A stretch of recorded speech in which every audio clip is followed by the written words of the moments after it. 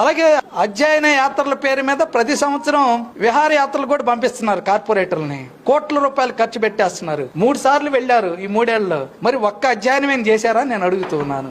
ఒక్క అధ్యయనం రిపోర్ట్ ఏమన్నా తీసుకొచ్చారా నేను అడుగుతూ ఉన్నాను. అధ్యయనం లేదు, రిపోర్టు లేదు, విహారాలు చేసి వచ్చి ఒకటి మాట తీసుకొచ్చారు. విశాఖపట్నం మున్సిపల్ కార్పొరేషన్ కి ఆస్తి పన్నుని ఆస్తి విలువ ఆధారంగా మార్చేసి ఎడాపెడా ఆస్తి పన్నుని పెంచేశారు. ప్రతి సంవత్సరం 15% పెంచడానికి నిర్ణయం చేసి 3 ఏళ్ల నుంచి ప్రజల మీద వాతలు పెడుతూ ఉన్నారు. దీనికి మాత్రం చేతులు ఎత్తేస్తున్నారు. కూపన్లు తీసుకోవటం, విహారయాత్రలకి వెళ్ళటం, ఆస్తి పన్ను పెంచడం, నీటి ఛార్జీలు పెంచడం, బిల్డింగ్ ఛార్జీలు పెంచడం, వృత్తి పన్నులు పెంచడం, ప్రజల మీద ఎడాపెడా భారాలు వేయిస్తూ ఈ పనులకు మాత్రం చేతులు ఎత్తేస్తున్నారు కౌన్సిల్లో. అందుకోసం ఈ కూపన్లన్నీ ఇప్పుడు బడ్జెట్ ప్రవేశపెట్టారు. ఈ బడ్జెట్ లో ఆమోదించడం కోసం ఈ యొక్క కూపన్లు ఎరేయటం.